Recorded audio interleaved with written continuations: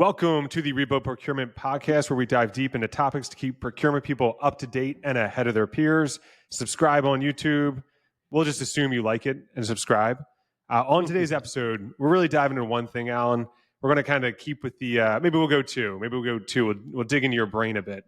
But really going to touch on this whole DeepSeek, and on the back end, if you're lucky as a listener, Alan will make you smarter than your peers with some other stuff.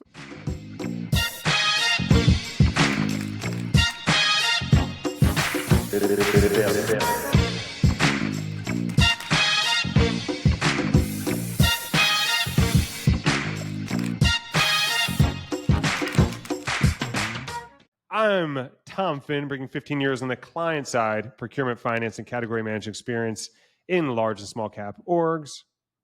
And I'm Alan Veek, a procurement geek on the sell side of the street. And I've assembled a team of superhuman procurement professionals doing managed services at a company that we call Summit.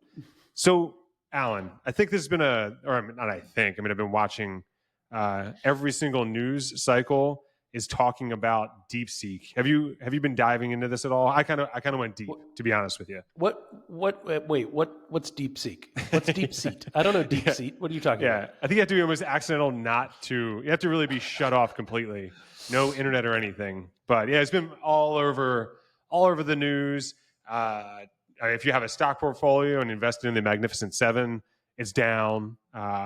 If you think OpenAI is the best thing ever, now the news is saying is worth $0 because of this DeepSeek. But I went deep, like I was saying. Can I kind of hit you with some stuff here, Alan? Go. All right. So I'm gonna go. This is for people that are kind of paying attention, but it is pretty cool. But so there's this guy, Liang Wenfeng, probably butchering it. Sorry if he's listening. Solid. So he's now becoming kind of the Sam Altman of China. It's not so much the case, but the guy's a quant. So this guy's a super smart guy. Did you ever read the book? We had a quant folks here in the U.S. They had like 66% return. I think it was Renaissance. Alan was the company. Do you recall this company? I do, of course, yes. So this guy, I had several guys from my PhD group at Berkeley go to work for quant funds, and one guy went to work for Renaissance. So this guy, this Liang Wenfeng, he wrote the foreword of the book that was written about Renaissance when it was distributed in China. So this guy's he's not just a nobody, right? He's 40 years old right now, but he's been the smartest guy in the room when it comes to like within China, running that kind of Renaissance style quant fund, just trying to stay ahead of the market, different algorithms that are kind of top notch that essentially, that's really what Renaissance was known for. They had these algorithms of the time that kind of put them ahead of everyone else. They got these crazy returns. So this is that guy in China. So with that, currently he manages $7 billion in assets, and he was doing his own thing. And he kind of started looking into, what Sam Altman was doing with OpenAI, and obviously this whole AI thing. And he, as a side project, at least as the story is being told, as a side project, he just created this competitor to OpenAI. Just like you, Tom. That's what you're doing. You got these side projects, and you're building stuff. Before we know it, you're going to have the world-leading AI engine. Yeah. I'm just leaning on OpenAI and leaning on the Googles. But this guy decided to take him on full force, and he's doing it in a way kind of like Zuck did, where he's like, let me just open source it, because what happens when you open source it? Theory is that because it's low dollar, people could play with it. They could do more. They could build on it, make it better. So that's the route that he went, and because of that, because it's open source, you can run this on your computer. You can run versions of this on your computer. And actually, I did, and I'll get there. I'll share a screen now to show what it is. But this whole AI thing, just side note, it's turning me into what feels like I've wanted to be for a long time, which is a coder. Just wanted to get after it from that side and kind of build things. So it's very exciting. And so with DeepSeek, you can run it on your computer. To run the real version, you need like a kind of Nvidia chips, like that type thing. You got something there? Yeah. You need like you need your own version of a mainframe, right? So like lots of gigs. Like I have like a 16 gig computer, and to really run the whole thing, it's like 1,000, like 3,000. But you can run like subsets of it, which is cool. And then the idea will be you can run things like this on your iPhone, and you can run things like this just on your computer. So then AI becomes much more invasive throughout life, and it's not as reliant on these giant data centers to do everything. Might be to process the model, but not necessarily to use it.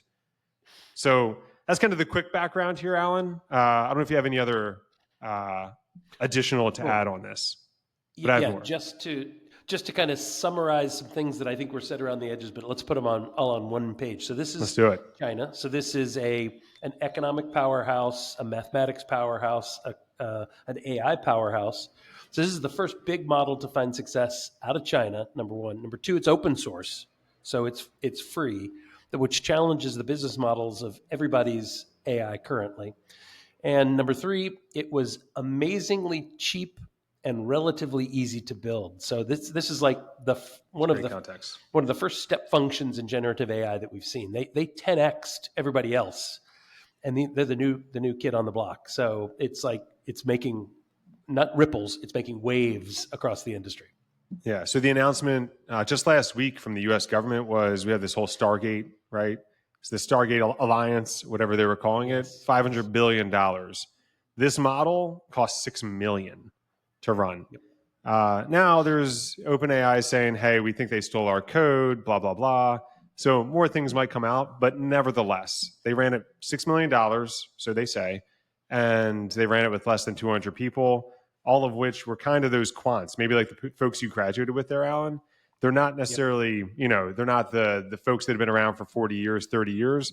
They're out of school, relatively speaking, just younger folks. Oftentimes, that's where you're going to find this sort of improvement happening is the people who are outside the industry coming in and looking at it from a different angle and saying, why do we do things that way? Let's do things a different way.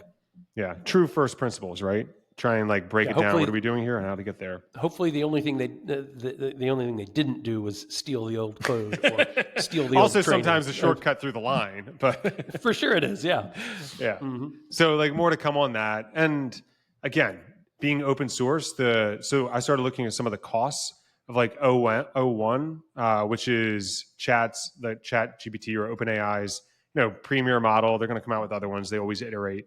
But their DeepSeek's version of that is 3% the cost. So now the business model of what Sam Altman's trying to build is as he creates more models and does more things, the older ones get cheaper.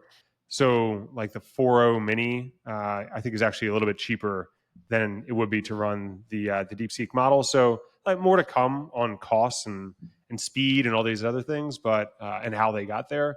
But it is one of these things where from a positive standpoint, is adding competition. So it's showing things could be done a different way.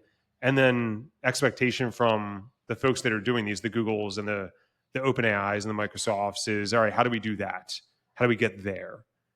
So the challenge should be good for everybody. To put it in perspective as well, I mean, I was amazed when I read the article that talked about if you're buying the highest version of ChatGPT's models, it's a $200 a month subscription. So, you're talking about $2,500 a year to access what's considered to be best of the best. Then DeepSeek comes out and basically says, download it on your laptop and go. It's free. Yeah, crazy. And it just runs on your computer with your RAM, essentially. It doesn't need to be connected to the internet. And it's pretty cool. So let me just... let me see what I got here. So I was figuring out, like I was saying, Alan, we'll see how this screen share goes. But but we can all do our own versions of this. But what I kind of did here was just give me the layout. It's kind of funny, but the way this ran. So I'm sharing a screen for anybody that's wants to check this out on YouTube. But I was just saying, let's talk through procurement strategies for 2025. I have to do a plan and want a great layout. So it does the thinking like the O1 does, which is one that I think you need to pay for. So I have the $20 a month plan from ChatGPT, but then it just goes through, right? So things that it does a little differently, and maybe if I continue to prompt it, it might come up with a different, the layouts. Like I love the Excel layouts that you can copy and paste from ChatGPT. but it's very similar, right? And I think if I prompted it again a few more times, maybe I'll get something out of it. But it gives you the very similar layout. It shows you what it did and how many Gives you the tokens it smiley used. face. Yeah, and it always gives a smiley face. Yeah, maybe that's cultural. But also, I saw on Twitter. I'll stop sharing here. But I saw on Twitter that there was some, like, if you ask certain things about maybe history that the Chinese government doesn't want to share, you get blocked. I didn't get that actually, so I don't know if that's built into the model or if it's built into the App Store app. I'd have to assume it's the App Store app. But when I went in, it was like, if I asked about that, it actually said like specifically about that photo with the gentleman standing in front of a tank. It was just saying I can't promote violence, and I did a very similar thing for World War II. And it said the same thing. So maybe they're figuring out different ways to internationally close door certain pieces of the open source code. Yes. But yeah, that's just something I found and actually going through it, I thought was interesting to share. Yeah, that is interesting. Yeah, the whole censorship side of things is a little frightening and interesting. I don't necessarily know what you downloaded onto your laptop to do this, but I did read several things about spyware and like I probably what you're agreeing to in the EULA that you signed. Yeah, so but I'm sure that I don't know. That's the sort of world we live in. I laud and applaud the fact that you like jumped in with both feet. This is fun. It reminds me of when I was in grad school. I built a Mandelbrot set and kind of did, I don't know if you know that picture of what a Mandelbrot set looks like, but it's a mathematical equation that creates this fractal design. And I did that on an ancient computer in my spare time, and I felt like I'd solved, like the Schrodinger equation or something. I felt like I'd built a nuclear bomb. So that was kind of cool. And it's very similar, actually, interestingly, to Bitcoin, where you can download a node. You can run a node on your local machine that basically participates in the blockchain and validates blocks. So you are one node of hundreds of thousands of nodes around the world that verify Bitcoin. So you now running DeepSeek, that's awesome. Yeah, I think it's worthwhile to understand. I kind of had that hesitancy, but I got to start jumping into some of this stuff because, I mean, one of these things that you just end up seeing over and over and over again is just folks talking about the importance of AI and what's happening with AI and what it's going to do to jobs. Really, everyone needs to be in front of this. I would assume anyone listening to this or this active on, say, primarily Twitter, I'd say, is kind of top 5% for some of this stuff. And then it's a matter of if you jump in and try and figure it out, that's kind of where you get that next level impression of really what it could do. So I'm still building my own version of a thesis of what I think will play out, but I feel like I'm starting to get there, and I'm getting like a little more scared, to be honest. So, but we'll see where it goes. Eventually, I think, Alan, I think you're building your own too, but we'll probably come with those. Scared in what way? Scared in just what the capability of AI will do and the importance of work for people. I think if everyone doesn't have to work, it's going to be a miserable life for a lot of people. So I don't see that being like I truly think that. I think that folks want to everyone always wants to improve on the last generation, and you want your kids to improve in the future. And if it gets to the point where a lot could be automated, and I do not think we're there yet. I don't, because I think there's going to have to be acceptance of certain things. But to the extent that 30%, 50% could be of life can just be automated, that's not ideal. But I still I'm still thinking through it. But I don't. Yeah, that's kind of where I'm currently at. Yeah, it's there was an interesting podcast in the last couple of weeks. Mark Andreessen, or if you want to say his last name properly, Andreessen. Is it Lex Friedman's with him? Yeah, it was on Friedman's. I didn't listen to it yet. I saw it. I wanted to see it. You've not dedicated 4 hours of your life to. No, but I knew it'd be good. He's actually an interesting guy. In the end, it's 8 hours you need to dedicate because you got to listen to it twice. I mean, there's lots of wisdom passed down, and I have a newfound respect for Mark. I always respected him, but boy, he is a polymath and he's deep and very. And thoughtful. Lex is good too. Lex waits and lets those thinkers think and respond properly. He's good. Yeah. Interestingly, though, it felt to me like Frodo Baggins meets Gandalf. Like Mark was so much wiser and older and more experienced than Lex. Lex seemed like he was a little punk kid on this call. Oh yeah, on this well, he's podcast. like his own. He's a neuroscientist too, right? Isn't him and Andrew Huberman? They're like buddies. And I think he's is he physicist? Okay. Yeah, he revealed that he scored 800 on his the math portion of his SAT, and he said, I'm not brilliant by any means. He said, so it was quite interesting. Yeah, no, Lex is clearly a smart guy, but I think from the standpoint of life experience, he's just younger and hasn't had. I think he's single, no kids. Like that matters. That teaches you a lot about life. Whereas Andreessen's in the thick of it, and he's had to think through many more things. And it definitely came across in the podcast. But where I was going with that is Mark specifically talked about how there's always been the threat of technology to take away jobs where we're not going to have to work in the future. He said that's never been the case, and he doesn't see it being the case for any time in the foreseeable future. And I take some comfort in that because it's kind of gut instinct for me as well. But to hear maybe smarter people who've thought about it even more than I have say that sort of thing is helpful.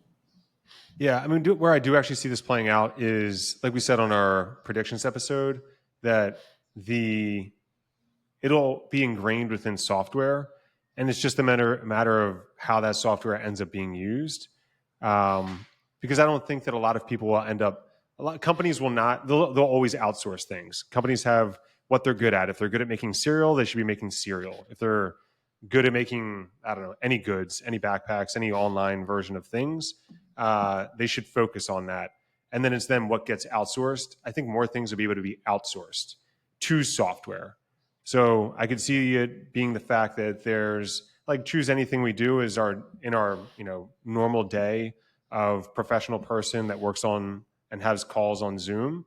I think a lot of that can be outsourced somehow. What I was actually thinking yesterday was some of the perfect people from a sales perspective on a go-forward basis will be these BPO companies, because what they do when they go into an organization is they look at the processes. They help assist with those processes to then be outsourced. And I could see that being the fact. There's going to be more of this like BPO type mindset that'll just be, instead of being able to be outsourced to other, lower cost countries, high value centers, they'll be able to do that via software. Yeah. So again, I don't know. I'm just riffing here, but yeah, it's good riffing. I do think that there tends to be a pretty big, let Alan be the pessimist or the realist. Yeah, I don't know. I feel pessimistic to be honest, but yeah. There does tend to be a huge gulf between promised features. We were promised we'll have jetpacks and we'll all be flying through the air. Yeah, my son's still upset about that, by the way. He brings it up all the time. As he should be. Yeah. As he should be. Yeah, it is, I always find that I get a little scared, or I maybe get too excited when I hear the pronouncements about what's coming out. I mean, DeepSeek could be the great example of it, where it's like, oh my gosh, we thought it was around the corner yesterday. It's on our front door. And then you actually just sit down and slog through your inbox or go through the latest online system that you have access to for payroll or for CRM updating records, and you realize, holy mackerel, the reality on the ground is so far away. Now, I know that's, the famous saying is that technology is overrated in the short term and underrated in the long term. And that's, I find that to be true. But what that means is we're going to be slowly boiled by this. So when the hot tub gets nice and warm, we're going to be fine. But then with a slow boil, you adjust to it as you go, right? That's kind of the idea of the slow boil. Yes, I do see that probably playing out more as I'll continue to think through it. I'll probably come to more of that conclusion. Not there yet, but yeah, just like how humans respond to things ends up being that. So if something's not 100%, I'll be 100%. That's what a human thinks, even though we're 95%, right? But at least I'll be the one to make the mistake. I'm not outsourcing that for 99% unless I know it's 100. So I think a lot of those things will continue to happen too. But yeah, DeepSeek, we'll see where this goes. The big, maybe promise of this, if it ends up being, the real deal, is it'll be a lot less expensive. Nvidia lost $600 billion of value that day. The stock market was down 2%, which is rare. So we'll see where this goes. But interesting happening for certain. Yeah, so it's interesting you talked about Nvidia losing value. I think, that's probably short term. Everybody sees that we're going to need more of their miraculous chips in the future, and they're going to come up with new pieces of hardware to do AI. AI is just going to be a massive growth industry. A part of what's going to be necessary to power that growth is energy. Energy is absolutely everything. So, behind that, we have to come up with new ways that we're going to be able to generate electricity, new ways that we're going to be able to transfer electricity. We're going to have to improve our power grids. But I think it's actually fascinating to look at some news that came out this week on the Yes, I grounds saw this. on the topic of fusion. Good, glad you saw this. This is But I need you to again explain out it of China. to me. Okay, no, you don't. But I'm happy to kind of go from first principles and basics here. The story itself is another one out of China. We've got several prominent, mostly government-backed groups around the world that are pushing to make fusion energy a reality. Now, to go back to first principles, electricity today is generated by some sort of a fossil fuel, typically going to be natural gas or coal. And what you do is you burn that fossil fuel. That creates steam that drives a turbine that spins a rotor inside of a magnetic coil, and that generates the electricity that gets passed through the wires that you see outside into your house, and then you plug into the wall. That's fossil fuel energy creation.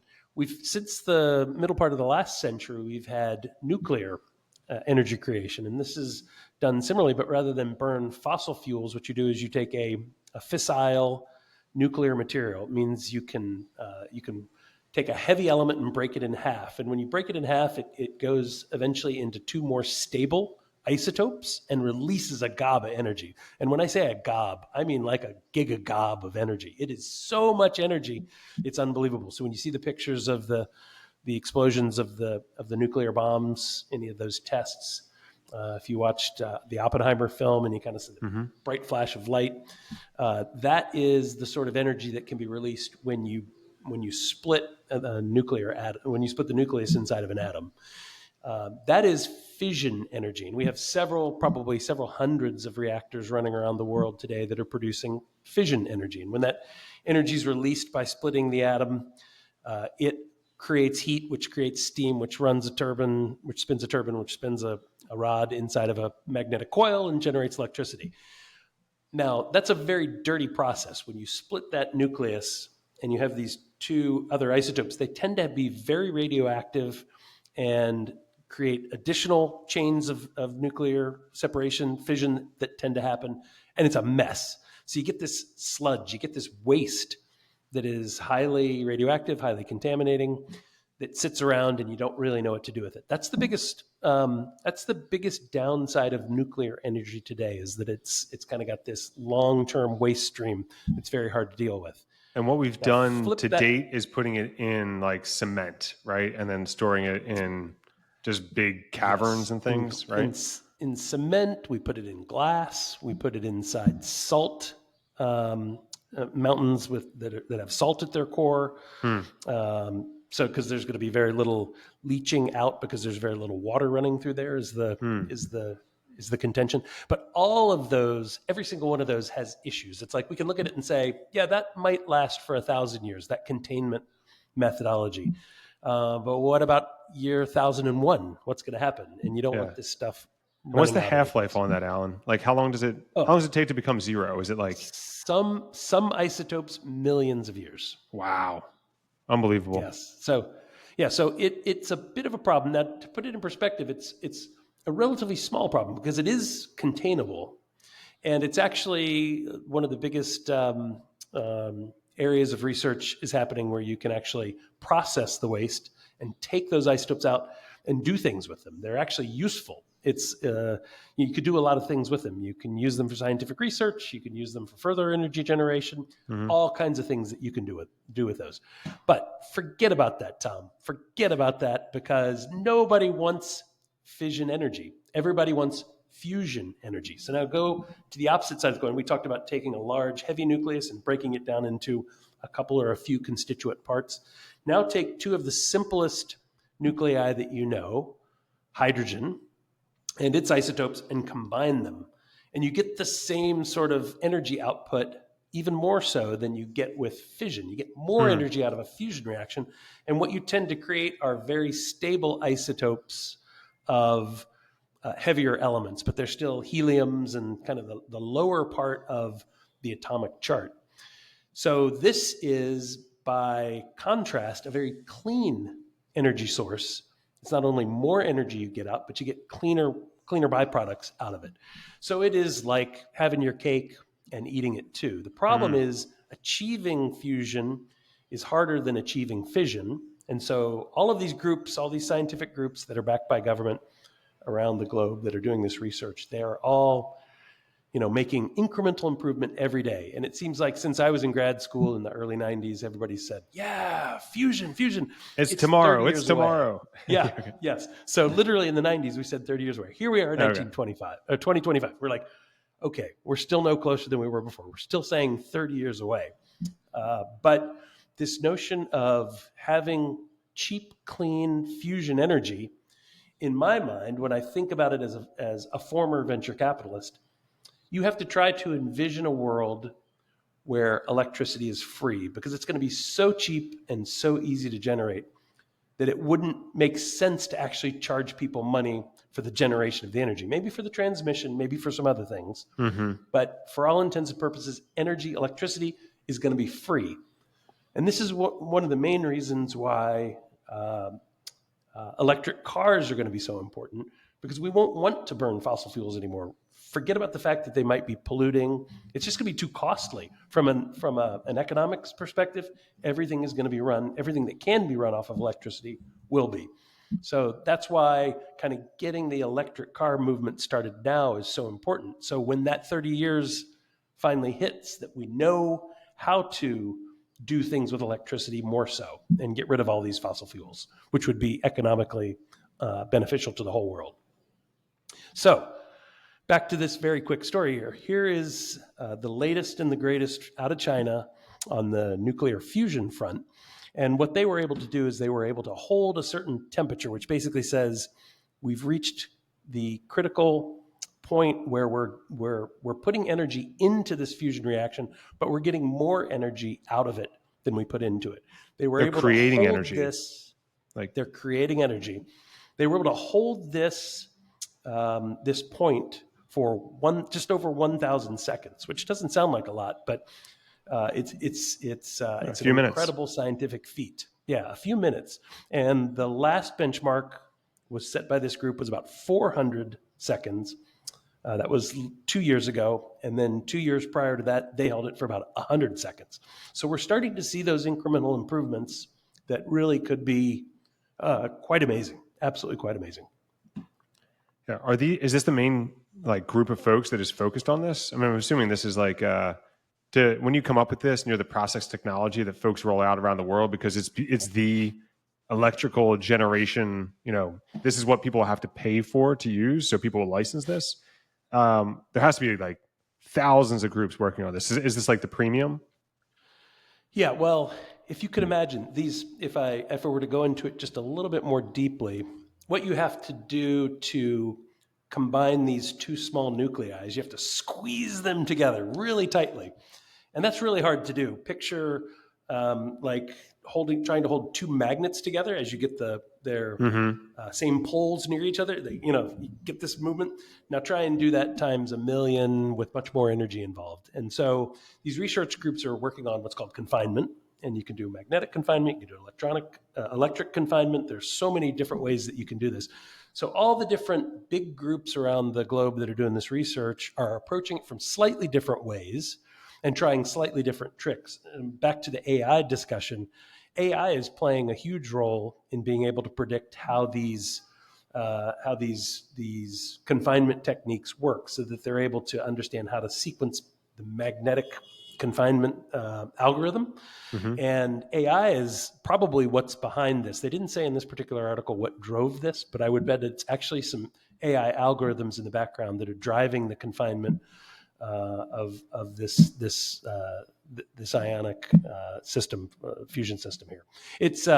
It's quite impressive. But what you're seeing is, for the most part, science is open source.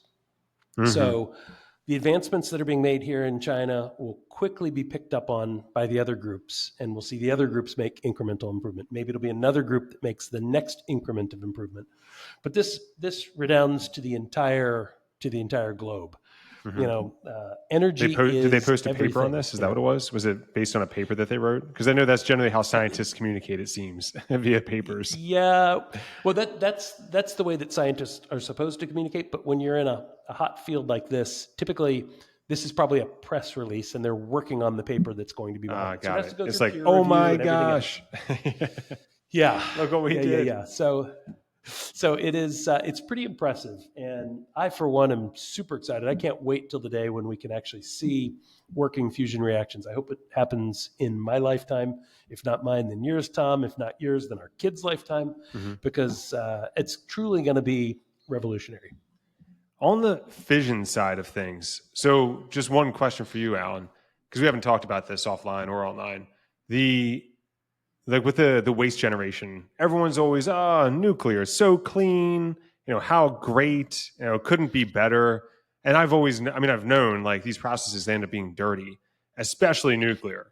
So how clean is it relative? I mean, from a smokestack perspective, of course, it's better than coal, but on like a long-term basis, is it more kick the can, or is it a different way to view it? Well, I would say there is, as Milton Friedman famously said, there is no free lunch. Yeah. What I'll it's the tell economist's you favorite is, line. Yeah, there is no free lunch. So, of course, in any reaction involving these sorts of energies, you're going to create some small byproduct stream of radioactive material that is hazardous.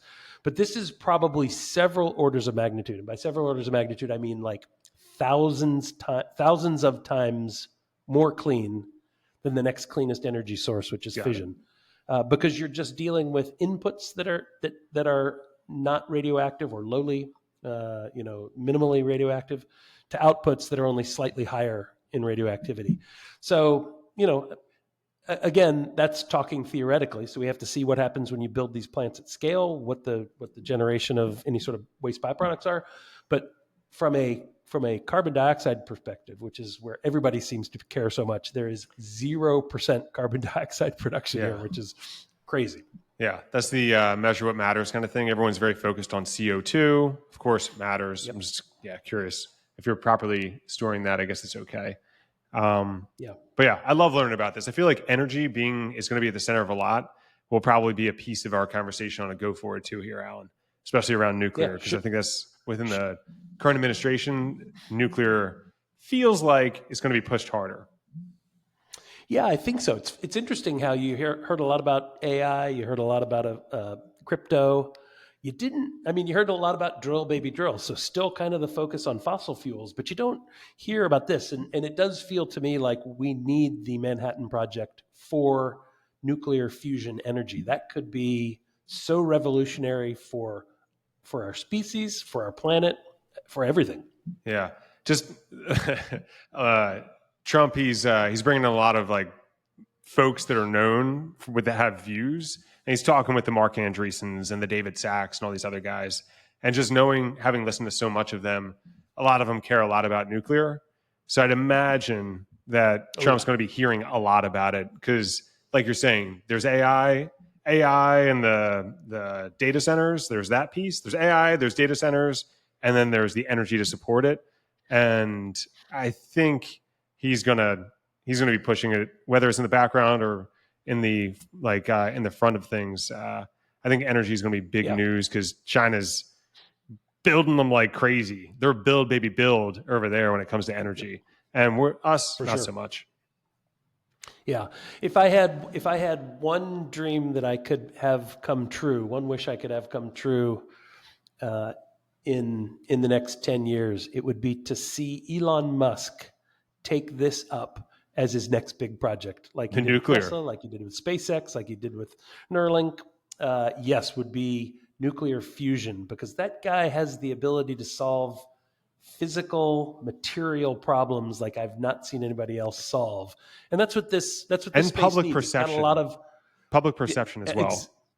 Exactly. So Yeah. if we were looking for our Oppenheimer on nuclear fusion, my guess is his name is Elon Musk. Yeah. Yeah. That very well may be true. Yeah. Good Gotta episode, lean Tommy. on the winners here when it's coming to these things, right? Yes. He doesn't- Good episode. Yeah. By the way, I don't know if it's worth pointing out now. Does anybody see this fancy bow tie I'm wearing? I don't tend to wear bow ties in the middle of Whoever's the winter. hanging I'm a around straight this tie week. guy. Yeah. Yeah, here it is. This is somebody on the YouTube channel asked if I could wear a zebra striped bow tie. Believe it or not, I actually have one. This was made by my mom. She is she sews like nobody's business, and she made this one for me. Custom. Was it So, on demand? thanks, Was it Mom. on demand, Alan, or was that it was the one you had in the closet? In the closet of bow I had ties. it in the closet. I had it in the closet. So Yeah, but it's amazing. I think you're open to on demand as well. I think you might have probably a guy. Completely. And so people send me requests. I'll feature it on the next episode of Rebuild Procurement Podcast. There you go. All right, Alan, this is good stuff. Good. All right. On behalf of your heavenly hosts here at Rebuild Procurement Podcast, we are Tom Finn, the secret agent guy, and your newly inaugurated president of procurement, Alan Veek, sporting his zebra bow tie, hoping you will make this a powerful and productive week in procurement. Bye-bye. Bye-bye. Thanks for joining us on the Rebuild Procurement Podcast. Like and subscribe on YouTube, Apple, Spotify, or wherever you get your podcasts to stay up to date on the latest procurement content.